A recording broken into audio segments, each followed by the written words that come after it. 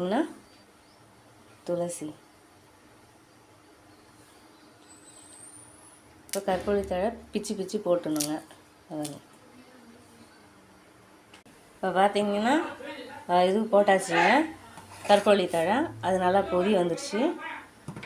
கொதி வந்ததுக்கப்புறம் இஞ்சி, இந்த இஞ்சி துண்டு பார்த்திங்களா, இதை நசுக்கி போடுவோம்.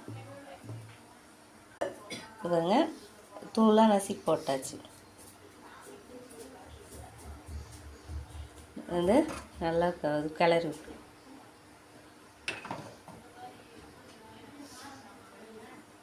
கொதி வரட்டுங்க. அது கொஞ்சம் டீ தூள் போட்டுடலாம். லைட்டாக அப்படியே கிளறி விட்டுருவோம். கிளறி விட்டு சர்க்கரை தேவையான அளவு சர்க்கரை,